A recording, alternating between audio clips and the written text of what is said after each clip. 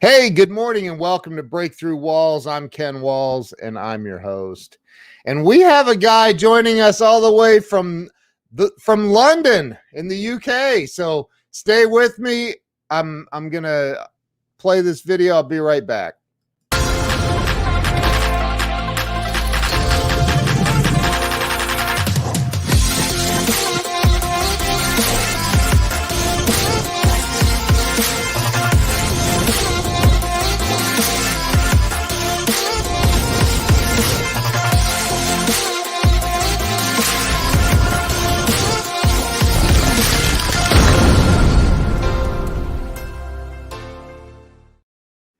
And we are back. Let me bring Samit. I see. I knew I was going to screw it up. Let's just bring him on. Hey. Did I get it? Samit. Yeah, Samit. I can't say it with that East Texas accent you have. I know. The British accent. British. I knew that. How you doing, man? It's good to have you on.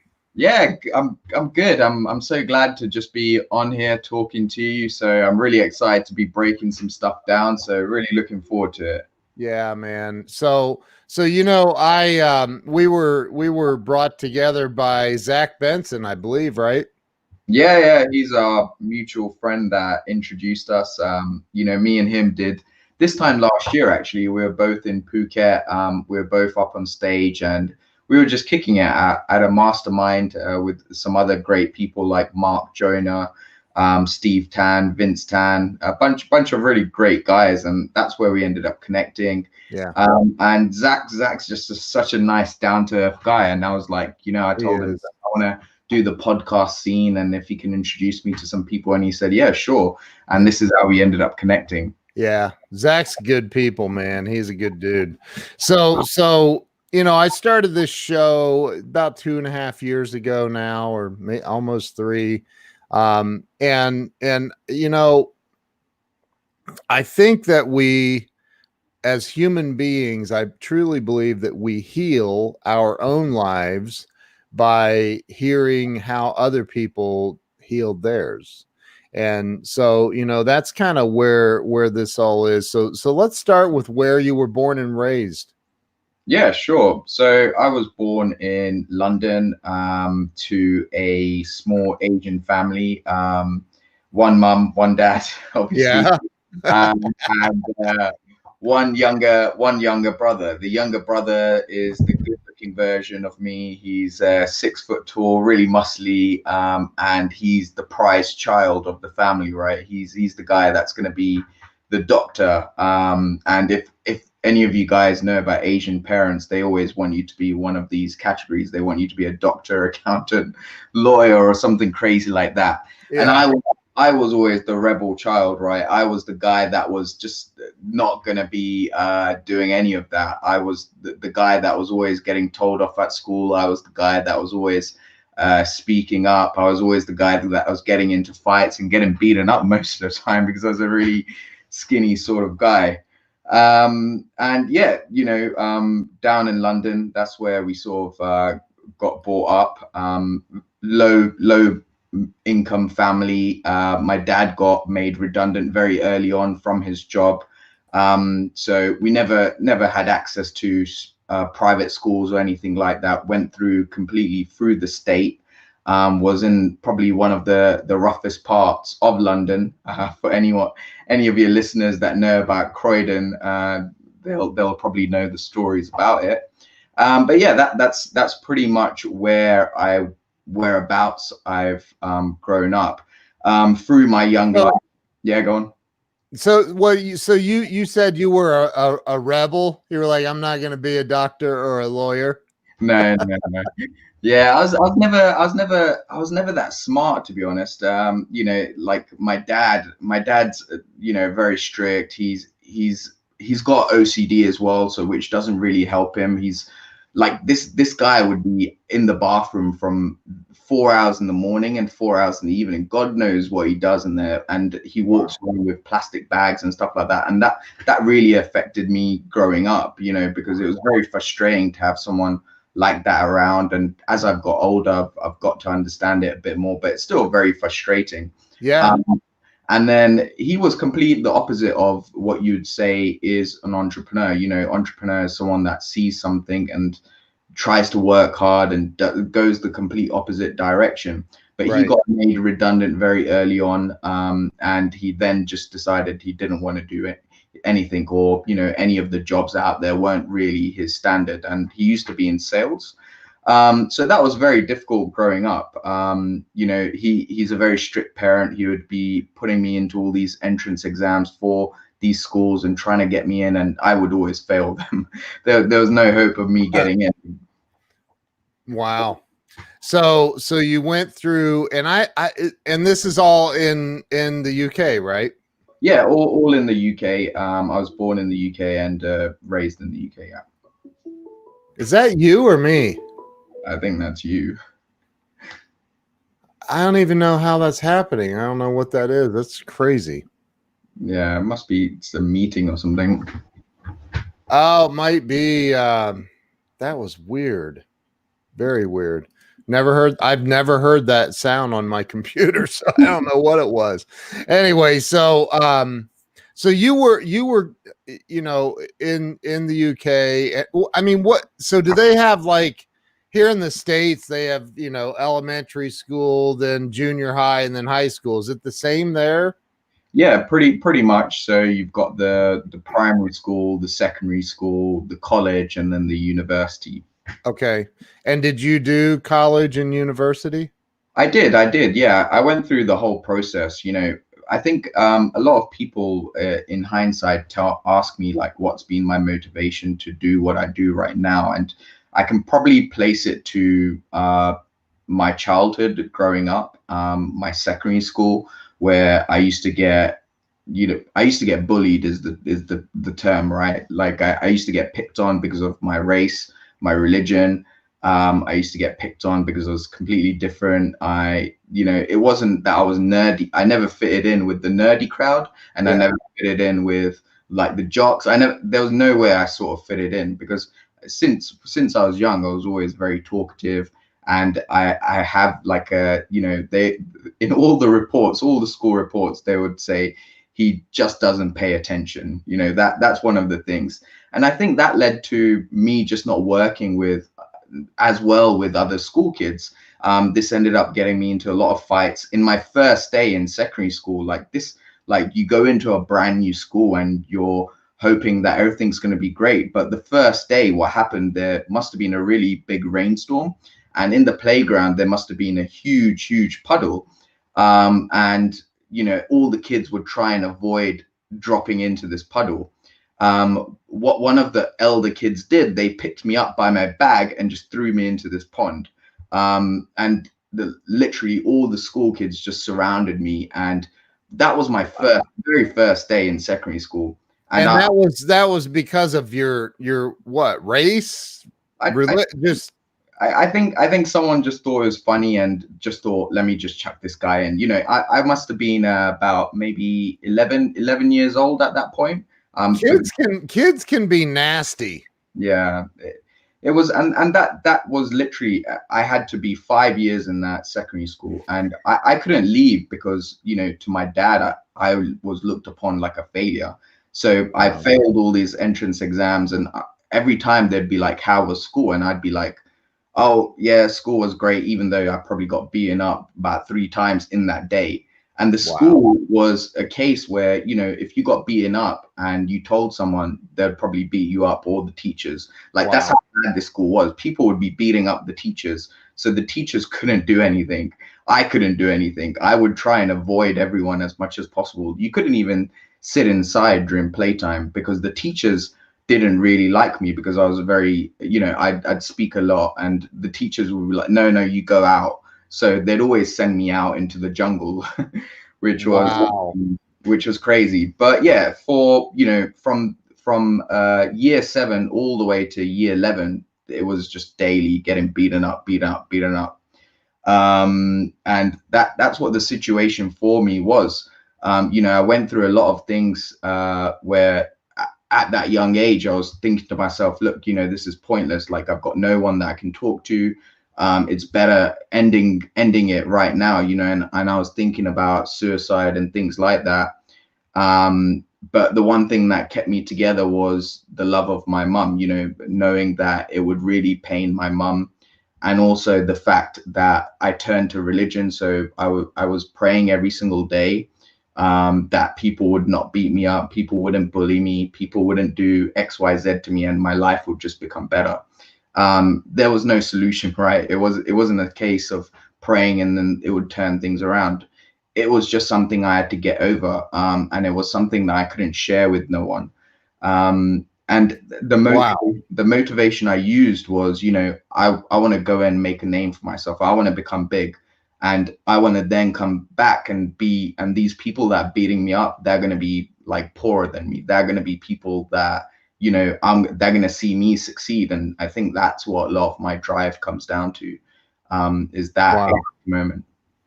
You know, I got to tell you, man, like, you know who Andy Frisella is? No.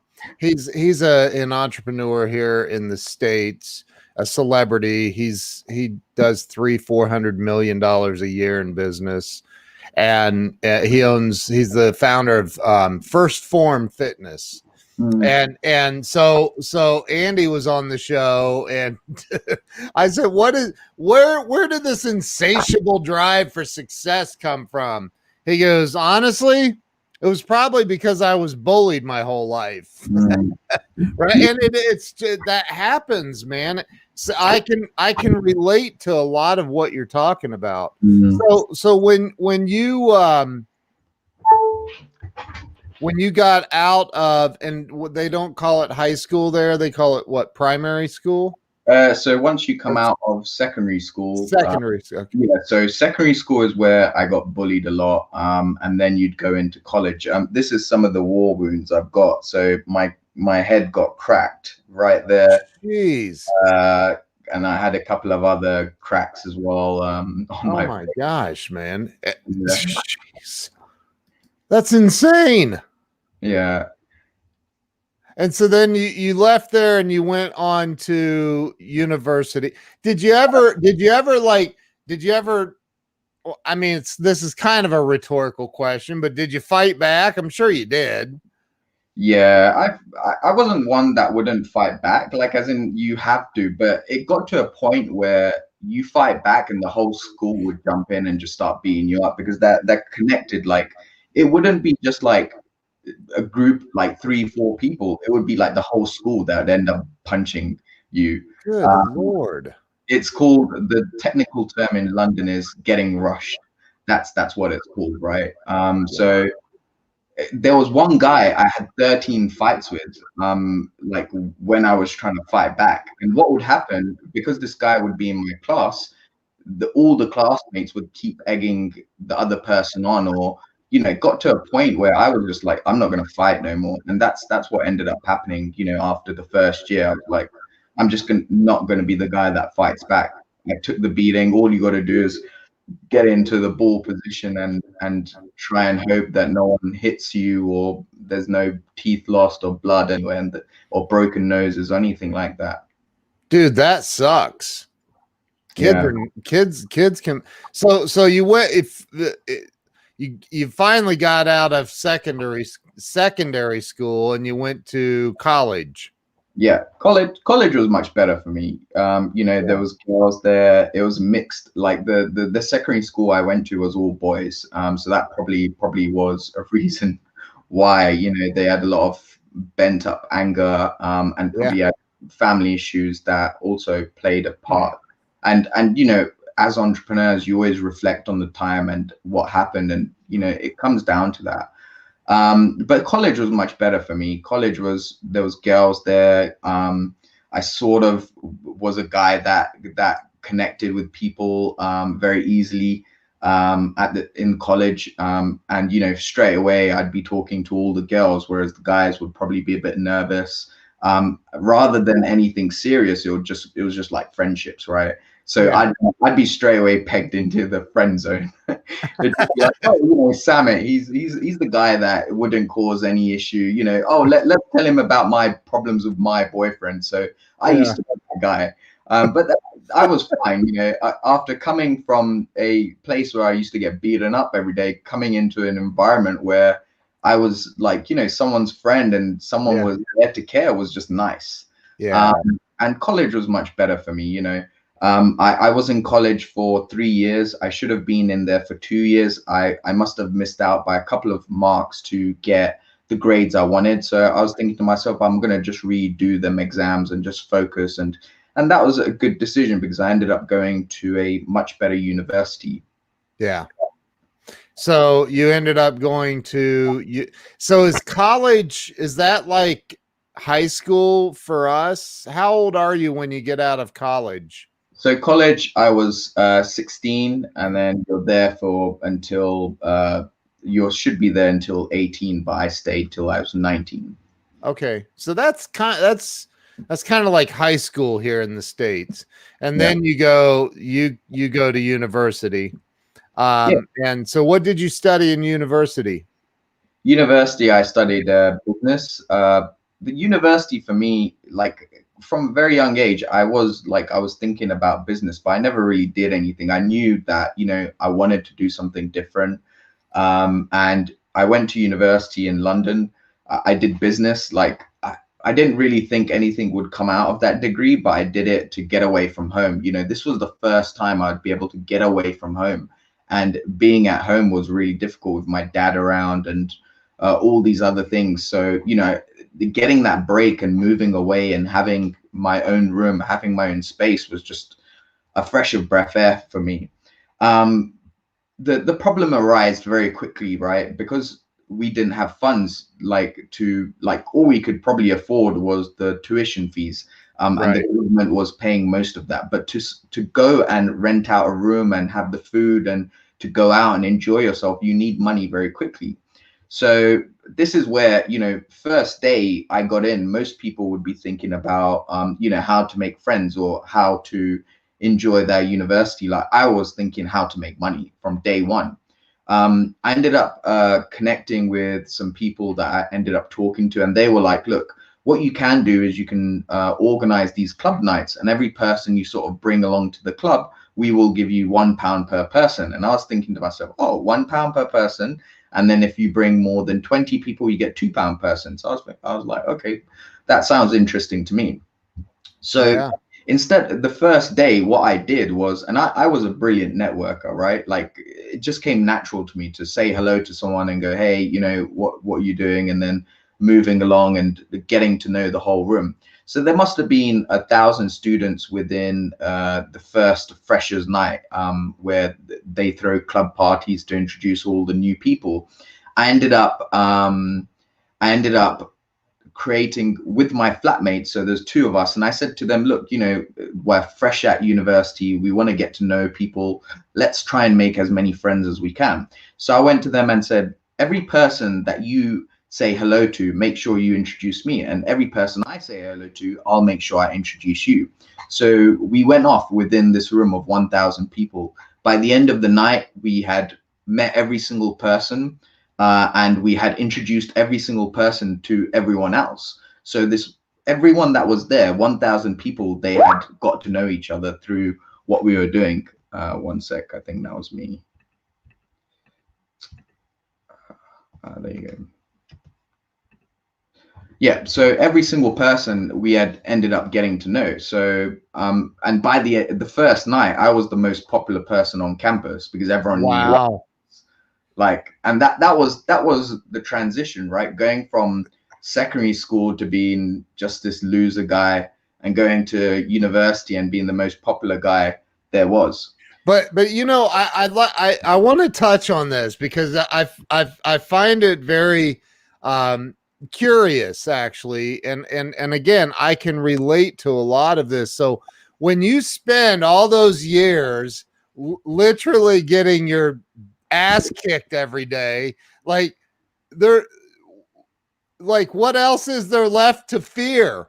Like you don't have any fear now. Like, oh, I'm gonna go talk to this girl, or I'm gonna go talk to this group of people. That's nothing compared to getting beat up every day. That's So true. maybe it prepared you a little. I don't know, man. See, there's always a silver lining if you look for it. Yeah, you can always find a silver lining, and I Yeah. think the life experiences I've been through has prepared me to do what I'm doing now. Yeah. So all these thousands of people that I got to know, the next part of the plan was to sort of get them to come to my club nights. So what's traditional for new students is for a week or two they'd be going to all the university nights, right? But after the first night where I got to meet everyone, I said to them, look, we already did the whole university club night that they organized. The second night, I was like, look, I've got this really cool place for us to hit up.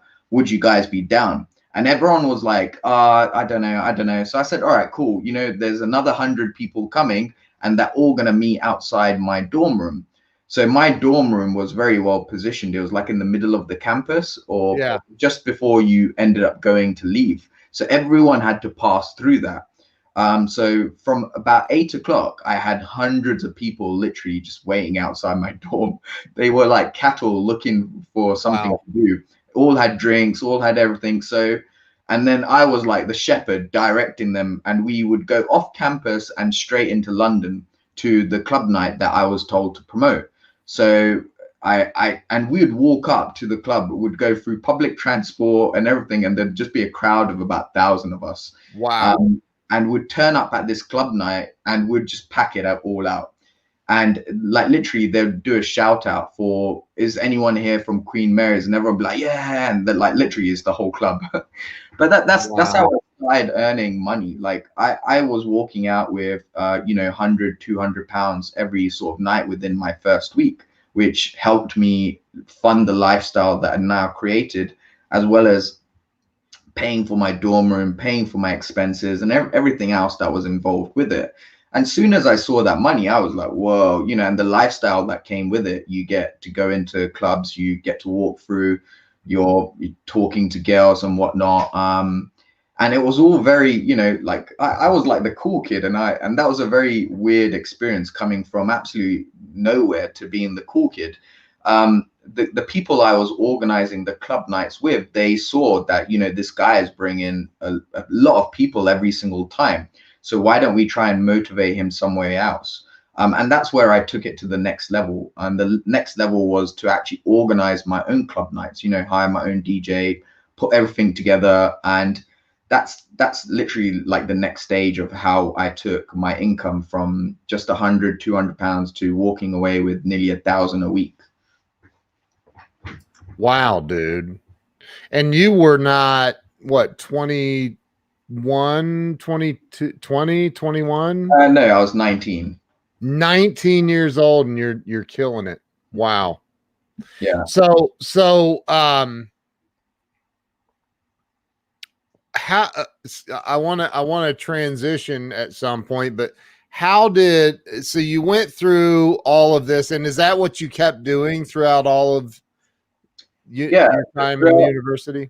Yeah, throughout 3 years, that's what I did. I went bigger and better. I ended up becoming like the biggest club night promoter in all of London. Literally every single person at one point probably knew who I was. I was probably one of the first guys to take advantage of Facebook and Facebook events. Yeah. Wow. And the club nights I had, when I first started off, I had nothing. Like I'd have a very small venue that was really rubbish, and I'd be competing against Ministry of Sound, which is a well-known brand, and I'd be competing against others who had a lot of money. But what actually made my club night special was that I invented, well, I would host their birthdays. So I would make the birthdays feel really special.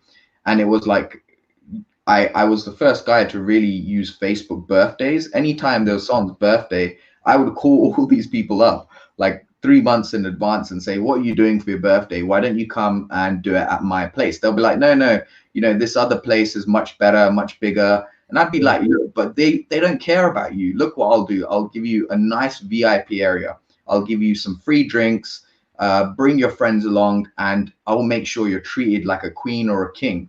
And at midnight, I would get up on top on the stage, and I would get all the birthdays up, give them a cake, and I'd host them, and I'd get the whole club singing happy birthday.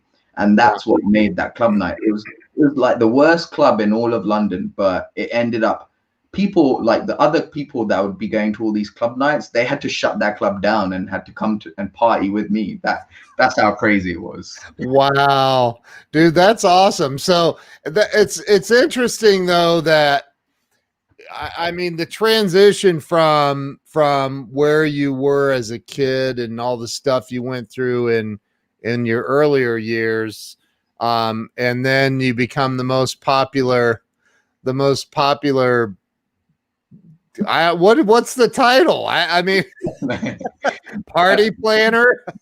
Probably, yeah, probably something like that. Yeah, I the think, guy that gets things done. yeah, and I was trying to get a university degree out of it as well at the same time. Did you get one? Yeah, I did. Did you, did you score well or Yeah, I got the same as all my friends, and all of my friends went to all the lectures. I went to hardly any lectures in my first year. They nearly kicked me out, and I had to do all my term papers within 1 week. I managed to get that done. But yeah, people didn't know who I was in my lectures until like the end of the year, because they'd be like, because I'd never wake up for them. I'd be known as the vampire. I'd just wake up at nighttime and be like, "Hey guys, party time!" Yeah. Wow. So after university, what did you do then? Did you keep planning parties? It got to a point where I was like, there's only so much I can talk to 18-year-olds. By that point, I was 21, 22. Yeah. So I was getting old, and I didn't want to do that for the rest of.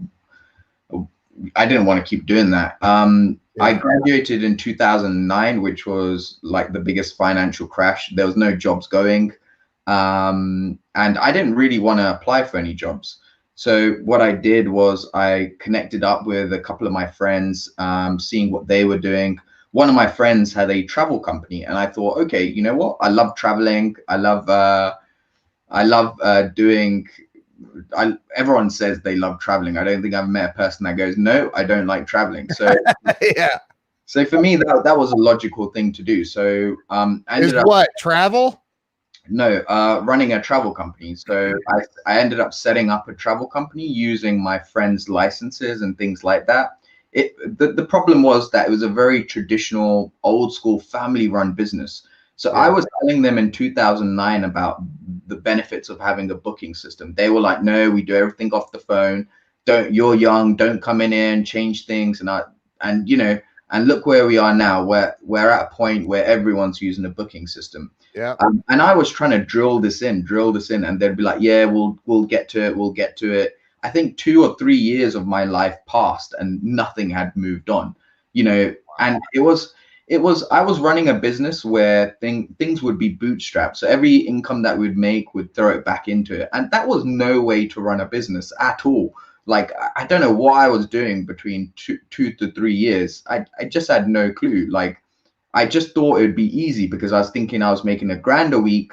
And now for me to go into a job and earn £8 to £10 an hour is ridiculous, right? Yeah. So that's why I was like, no, I want to run my own business. I want to do whatever. So after 3 years, seeing that this business was going nowhere, I again reached out to my connections, and ended up connecting with one of my other friends, who was like, he's got this business and he wants some help. And he goes, look, as long as you don't care where the money's coming from, just sort of do it, right? And I was like, all right, cool. Yeah. This guy had a BMW, he had a nice girlfriend, he had all the things that I was aspiring to be, right? And he sold me into the dream, got me signed into some paperwork, and I was literally just working in a hair salon. Like, me as a guy that knows nothing about hair was selling hair extensions to women. I was like, wow. Like, so I'd be managing girls that would be in this shop. I'd be dealing with all the crap that came with it, and also, you know, all these unhappy customers who were claiming that horsehair was being put into their hair. Oh. Yeah, so really bizarre. So, you know, the friend was like, look, you know, just use this as a training ground, see what things are like. And I was like, all right, cool. I kept at it. And then after about 6 months, I was like, I didn't come here to be an employee. If I wanted to be an employee, I would have just gone somewhere else. Right. Then he was like, okay, cool. You know, I've got this really cool idea. It's SEO. And I was like, but the SEO market's already saturated. What's going to be different? He's like, don't worry. I know how to make this money. You know, I've got the fancy car. I've got the nice house. I've got the beautiful girlfriend, all the things that you want. And I was like, all right, cool. So again, you know, I set up this business, which was a SEO company. I'd be going day and night, literally knocking on every single business's door saying, hey, do you want some SEO services? And again, was very difficult to set up because it's something I haven't done, right? But talking to people was natural to me. Right. We ended up getting sales. We ended up building up a sales team. Again, managing the sales team was a headache because they were getting paid peanuts, and managing them was always very difficult.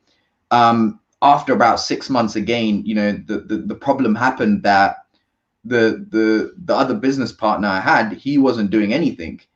So the guy that had the BMW, nice car, nice girlfriend, he just wouldn't be servicing the clients. So I'd be getting sales from people, but we wouldn't be able to keep them on because none of the work was being done. And I was like, wait a minute, this is ridiculous. Like, how am I working for you? Or how am I building this business and you're not able to service these people? Like you said, that's what you're able to do. So now I'm selling people on things that you can't achieve. And he goes, oh, the money we're charging is too little, blah, blah, blah. And I was like, but why did you do this in the first place? Like, you're the guy that's made money and you're telling me, like, it was just ridiculous. And it got to like you know, I became really angry and I was like, look, I'm gonna do something of my own, and you know, I'm gonna create a business that's gonna be servicing people, and it's gonna be something that's scalable. I spent the next 1 to 2 months trying to think of what to do. And did you leave that company? No, I was still there. Like, Yeah. it got to a point where I was angry, but I was like, okay, you know what?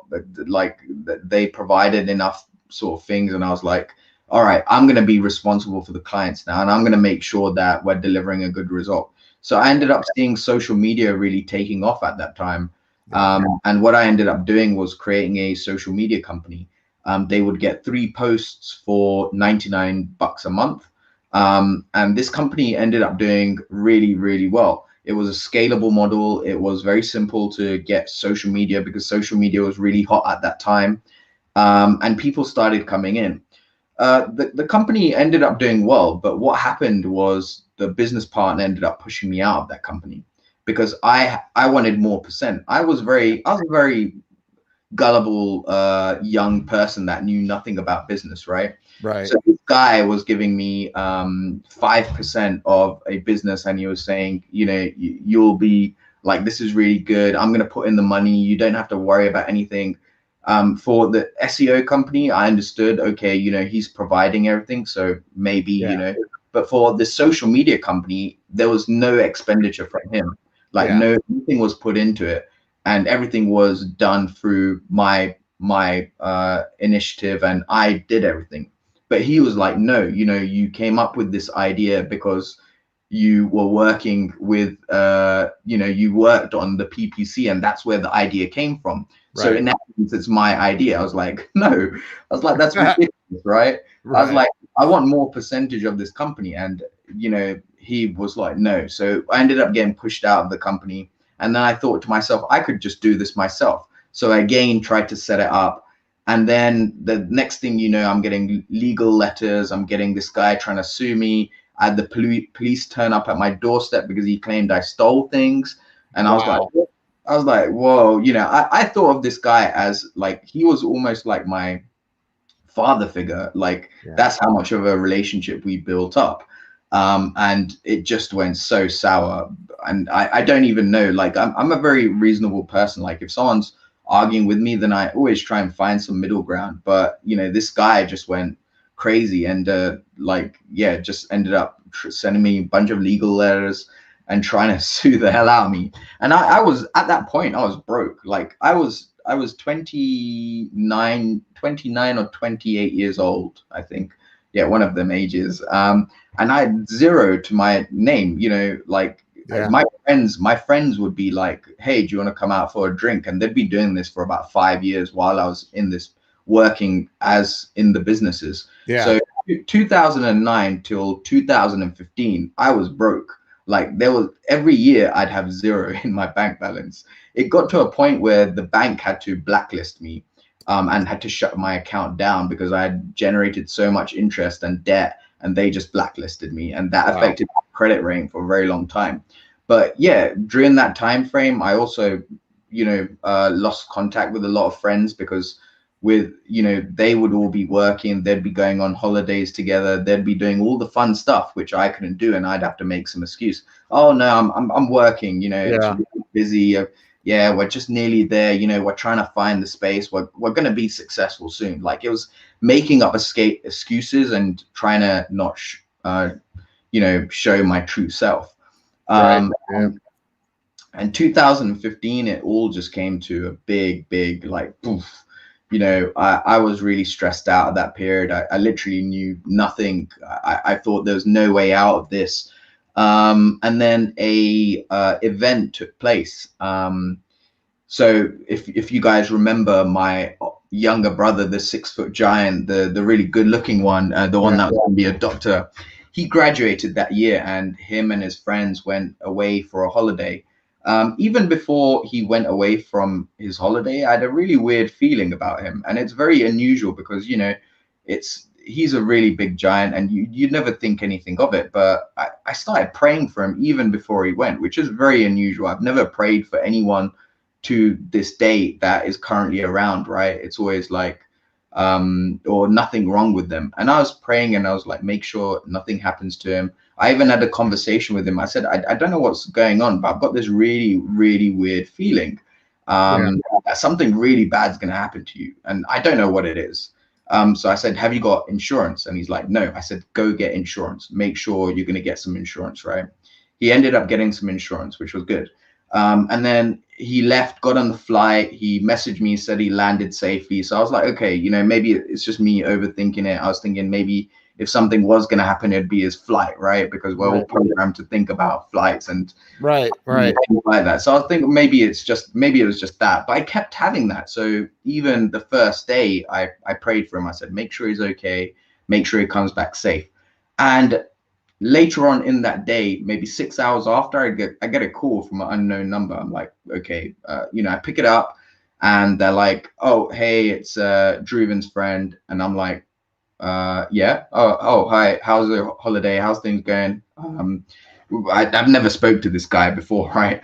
But he's like, oh, yeah, I don't know how to tell you this, but your brother's got into an accident. And I was like, what do you mean? And he's like, he's drowned. And I was like, whoa. And that's when things froze for me, because I was like, wait a minute. Like, that's so weird that I was having this feeling before he even went. And it's something that you can't explain. And it's something happened to him. And I was like, that's just mind blowing to me, right?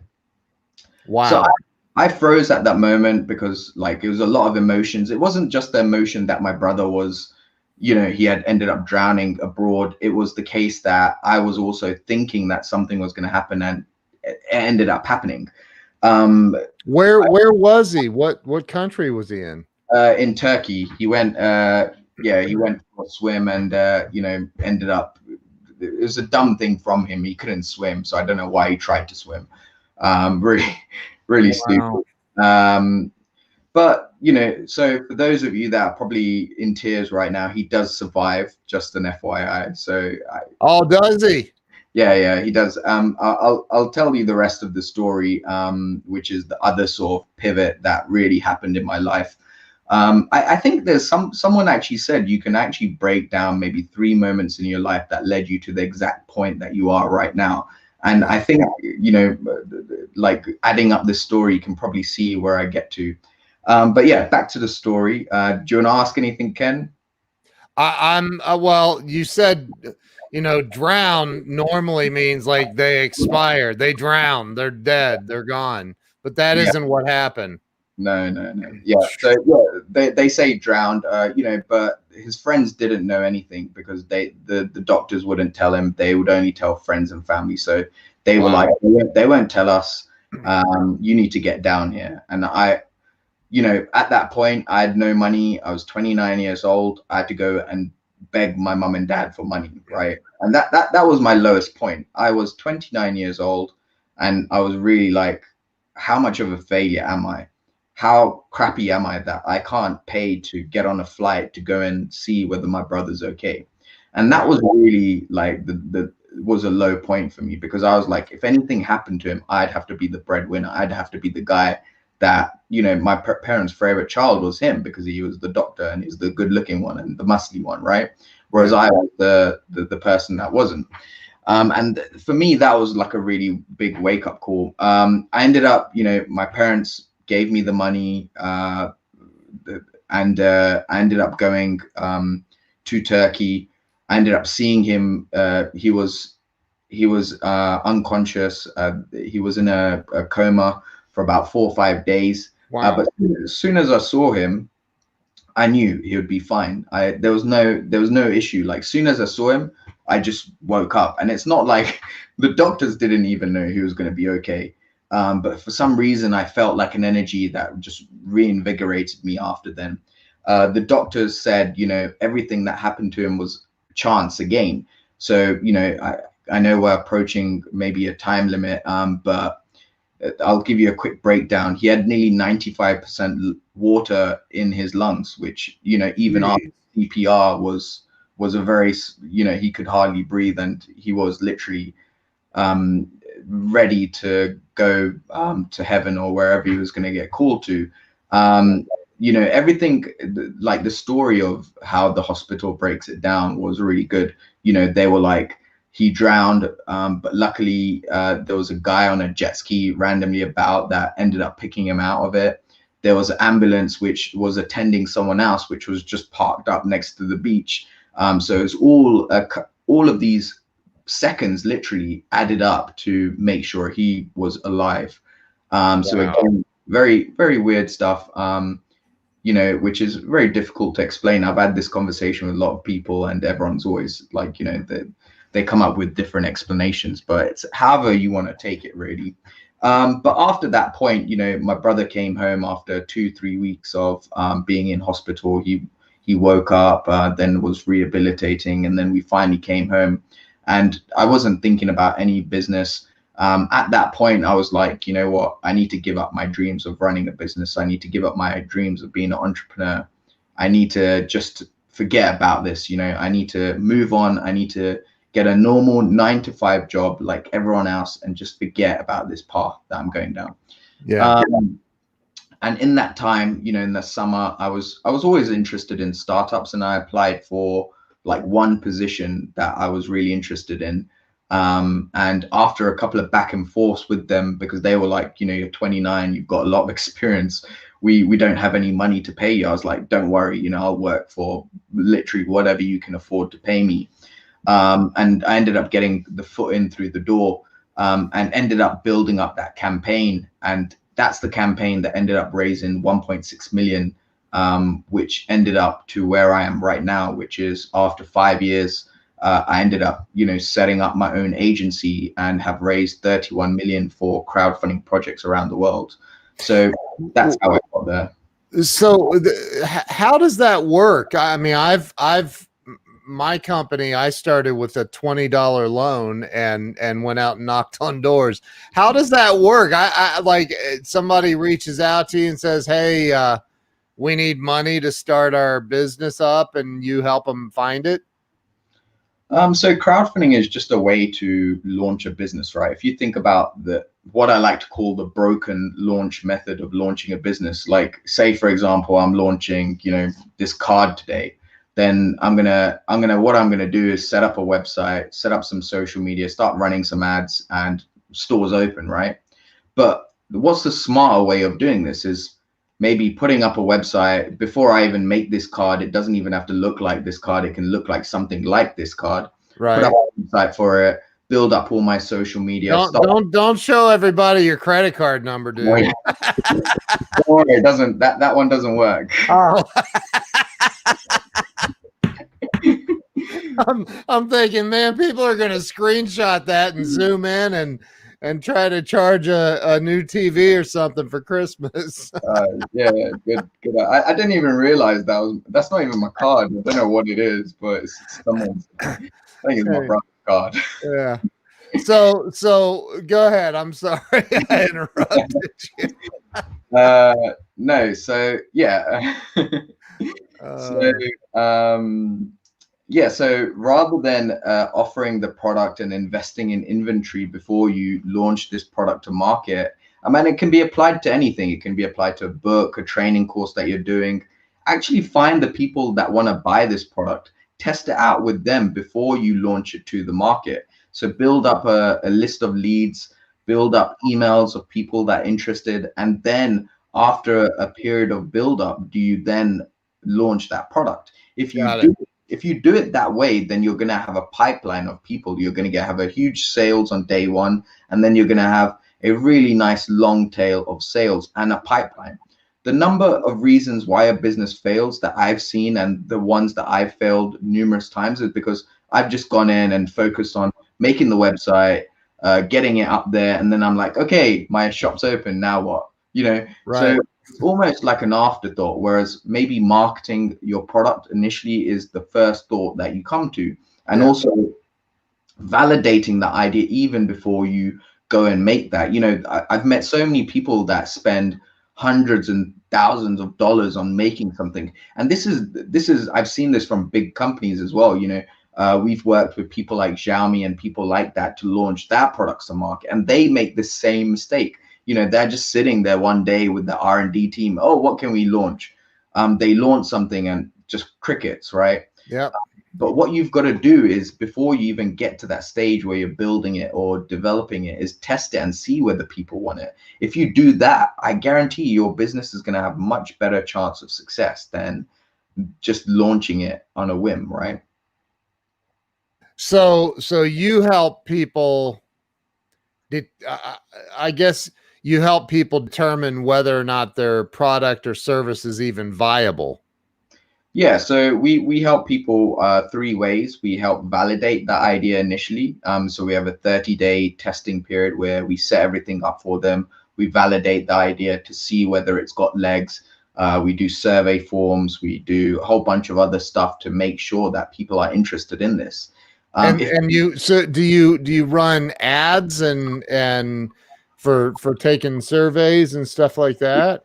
Yeah, exactly. Yeah. So we would set up a sales funnel for the product that we're going to launch. We'd test it out. We'd have a deposit structure as well in there. So people, if they like, for example, this cream, they would place a $7 deposit and be part of a VIP group where, you can conversate about this product. And it's not, a lot of people are making groups at the moment around that product, but what we're doing is actually creating a community around people who like camping, for example, and the product you've created is around camping. So then the person would become the figure face of it. It's much easier to be the face of a brand and sell something rather than just having 2 brands competing. If you think about, Nike spends billions on that brand. And if you were going to create a brand called Crocs, and you just put it out there, you would have probably no sales because people are going to be comparing like to like. But then if I said, hey, my name's Samit Patel and I'm the creator of Crocs, I've created this because I got really tired of walking for long distances and my shoe falling apart, and I wanted something for really bad back pains, and this is what I've created. Now I'm the salesperson. I'm much more likely to get sales than the brand Crocs on its own. So we help people do that, become the face of their brands, help them go through that process to test out whether they've got a strong idea, and if they learn how to make that idea stronger. Then once the validation test is passed, then we do a build-up campaign, which lasts anywhere between 30 to 90 days, where we're building up a list of people engaged and that want this product. And then by the end of that process, we launch the product through crowdfunding, for example. So crowdfunding, Kickstarter, Indiegogo, these are just launch vehicles, but you can actually launch through your website. We've done this. You can launch through Amazon. You can launch your podcast this way. You can launch your music career. You can launch anything you want in this same method. The only reason people we recommend crowdfunding is because they've got an existing community. So if you raise 100,000, for example, then Kickstarter and Indiegogo, they will bring you another 20 to 40% of money free from that community. So it's all about getting trending on the platform and getting across the algorithm and getting your product out there. And that's how crowdfunding works. But you can do the same launch sequence through your website. So when Zach Benson introduced you to me in the email, introduced us, he said, you're the #1 crowdfunding marketer in the world. And I think that's pretty cool. I mean, $31 million you've raised. Yeah, so that's for A to Z, right? There's a lot of agencies out there that claim bigger numbers, but the exact numbers that we have is directly attributable to the work that we've done. Whereas other campaigns, there's probably like 10 people working on it, and they go, hey, we did a video that raised 10 million, but the video's got nothing to do with it. Video is just one part of it, right? But right. We do the whole process. So we set up the sales funnel, we do the videos, we do the photos, we do everything that's needed to make a successful campaign. So A to Z version of it. And Zach probably said I'm the world's best expert because I'm recommended by Kickstarter on their website. I'm recommended by Indiegogo on their website. I'm recommended by a lot of incubators, accelerators, and a bunch of other people around the world for what I do. Wow. And again, the what I want people to get out of this was it wasn't really what I intended to do. It happened by accident. I gave up on business in 2015, right? I didn't want anything to do with it. But, the path that it's led me to is where I am now, which is I've got a successful business. I'm an influencer in the space. I do talks around the world. I'm in great podcasts like yourself. And I'm now helping other people to change their mindset and helping people to understand. Actually, I know we get pushed every day with the messaging that entrepreneurship, you should be running your business, forget the 9 to 5. Yeah. I actually think there's a hybrid model there somewhere. If I thought to myself, and if I graduated in 2009 and just went for a corporate job, I would learn the skill set that I need to be even more successful. I would probably have a good finances coming in, which would allow me finances to play around and push into my various businesses rather than bootstrapping them. So there's a lot of benefit to doing a 9 to 5 job. You get the structure, you get the social environment, you get the money that you need. And then you can do a side hustle, as people say. And I believe that method a lot. I've spoke to a lot of people who have just given up on their jobs, but then have no money. And I'm like, the #1 business why businesses fail is because they run out of money, right? But if you can like the where we are right now is it's so powerful that we have things like Upwork, freelance, all these freelancing websites. Yeah. If you're earning a salary of 2,000 a month, you can then put 500 of that and hire someone else to do potentially the job that you are going to do.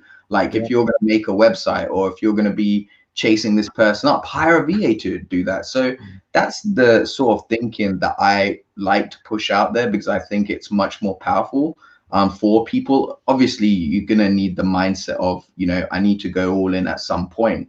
But people that have families, people that have houses, people that have all these responsibilities, it's not easy to just go, hey, I'm going to quit my 9 to 5. And that's the riskiest position to put yourself in. So like Chris Benton says that they own babyfunding.com and want to turn that into a niche crowdfunding platform. Is that something that you can help people with, or things like that? Yeah, so I can help advise him on how best to do that.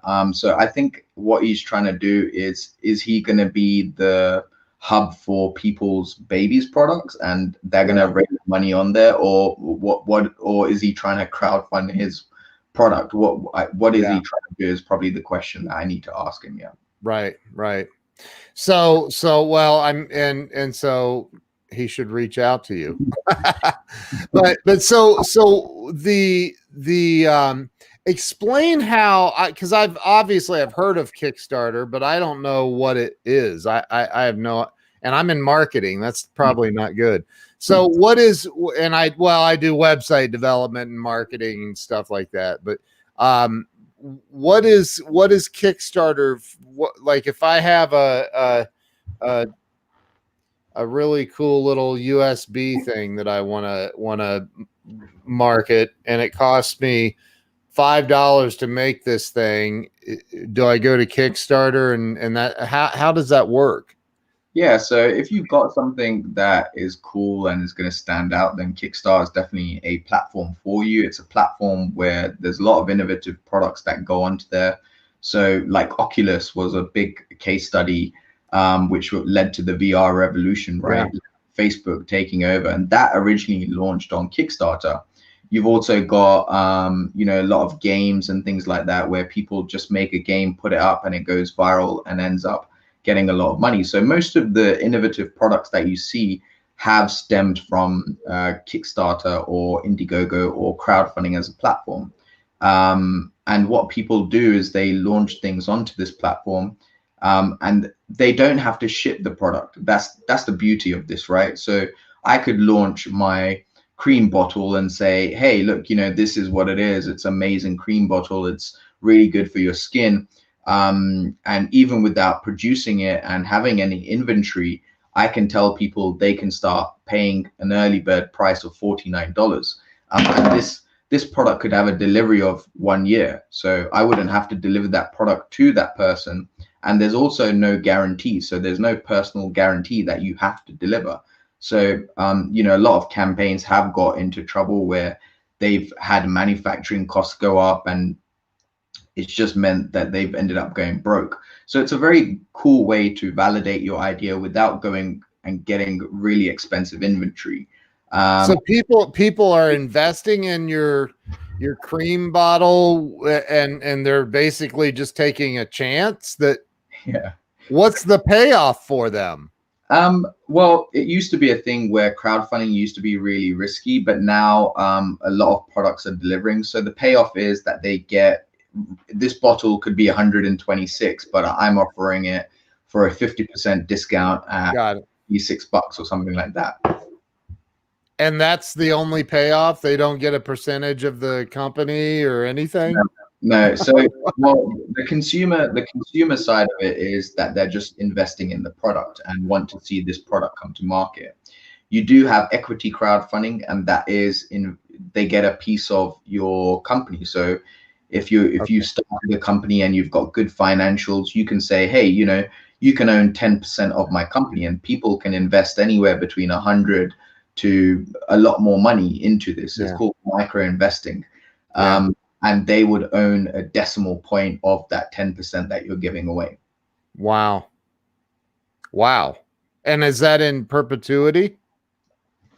I don't know what that word means. Is that forever? They get that forever? Yeah. So, in some cases, probably. Yeah, you're usually giving them a dividend if the company does well. If you sell the company, then obviously that's where they get that payout. Got it. Wow. It sounds like you know this stuff. Chris says that it'll be for people that need help with trying to get pregnant but can't, and it's expensive to do so. So yeah. So what's the payoff for? Is it just people giving out the goodness of their heart? And if so, then there are websites that exist like GoFundMe, which is for these charity sort of initiatives. Yeah. It would be a case of why, who would be your community.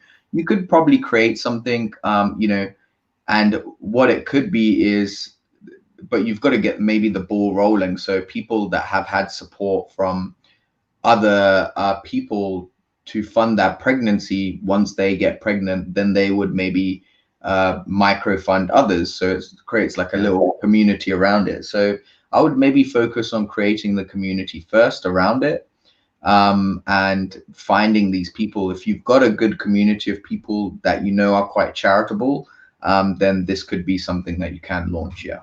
Wow. Wow, man, you know this stuff. So where would, if somebody wanted to get in touch with you, let me put your, is it what's your website address? Yeah, so they can go directly to my website, samitpatel.net. There's also a free crowdfunding training on there that they can also sign up for, which would be quite good. If they want to check out the agency, then they can go to jupio.com, where we do a lot of other different bits and bobs of marketing for people as well. Is that linked from Samit Patel? No, it's not. It's a separate one. Yeah. So Samit Patel ones is just like my personal website where we do take on clients for the same thing, but Jupio is the agency brand. Well, how do you spell that? What's the website? joopio.com. joopio.com. Yeah, that's right. Okay. Right there. Yeah, perfect. Yeah. Awesome. So Pam's already on her way there, so that's awesome. So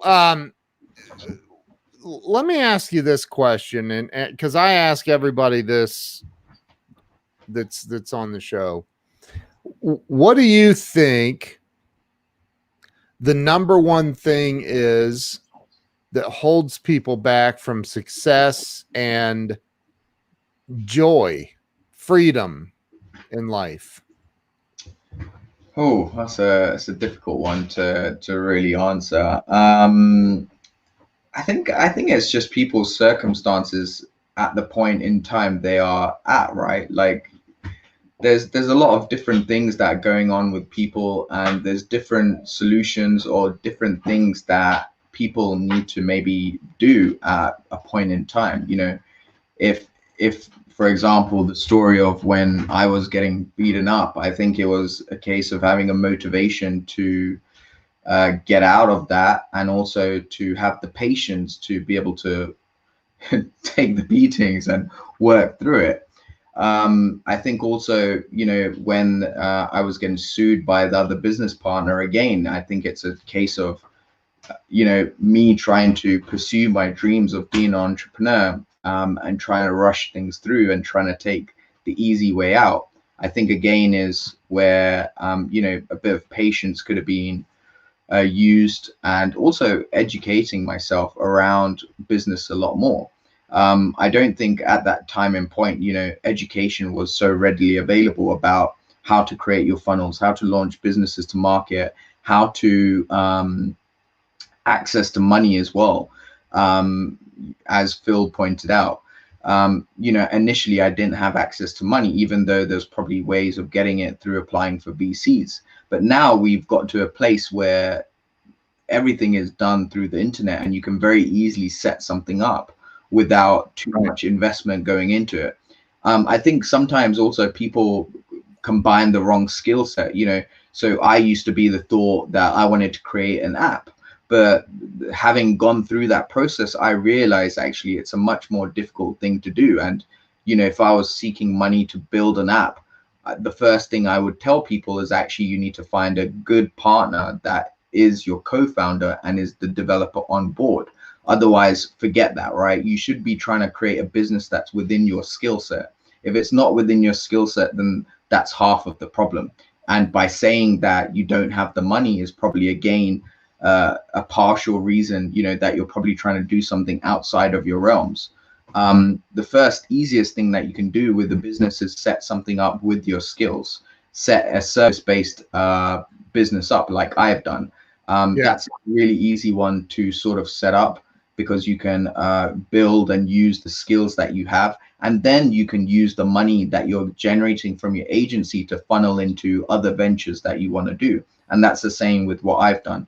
I use the agency as a way to funnel into other things that I want to do, and investments and things like that. You don't have that solid ground baseline, then it's very difficult for you to do other things.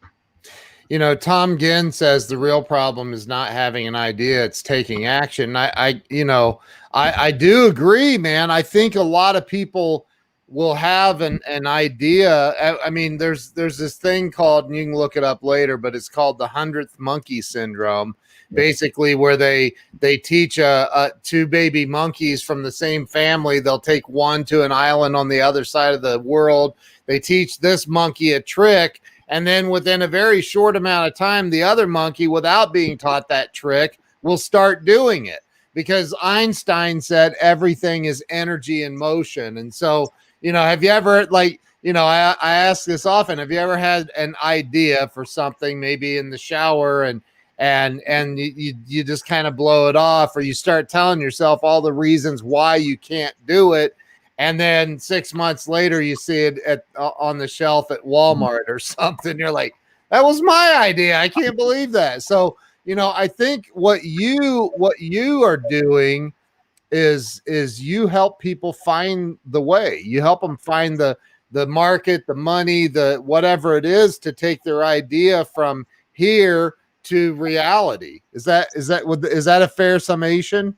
Yeah, pretty much. Whatever sort of business idea they have, taking that and growing it into the business that they want. I think the other thing is, I used to be a guy that used to just do it, right? Like as your listener said. But I think I realized after a while, like, you've got to plan it out a little bit rather than just take action.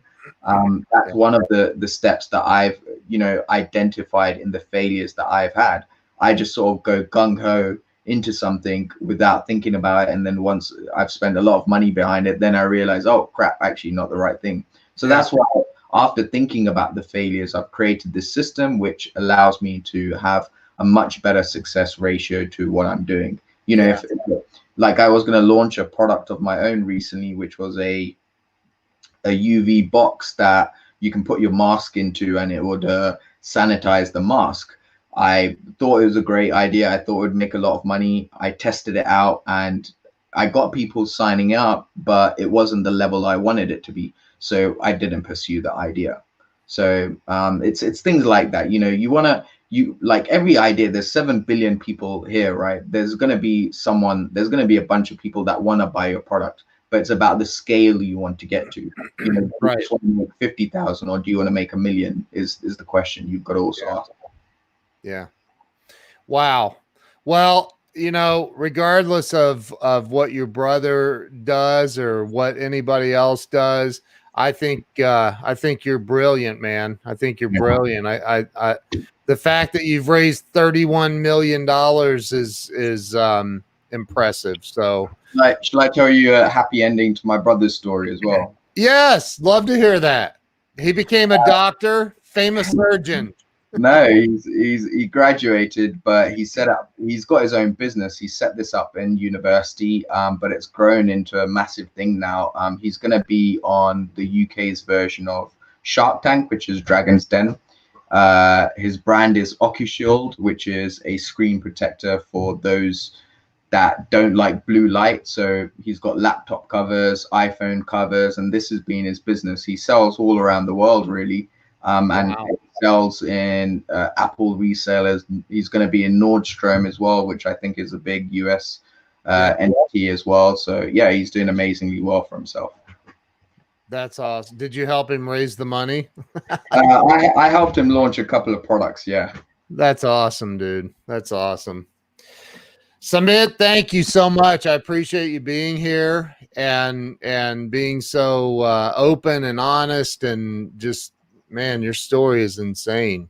Everybody needs to go follow you. There's Jupio.com, that's your agency, and then there's samitpatel.net, where people can, and you said there's a free training or free something on there? Yeah, there's a free crowdfunding training that people can jump onto. Yeah, just sign up for it and then go on to the webinar.